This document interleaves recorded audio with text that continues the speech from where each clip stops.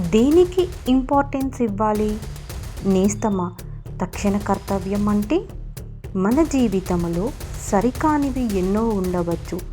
ఇక్కడ ఇప్పుడే ఈ క్షణం చేయాల్సిన పని ఒకటి ఉంటుంది. ఆ ఒక్కటి పట్టుకొని చెయ్యడమే మన విజయానికి మూలం.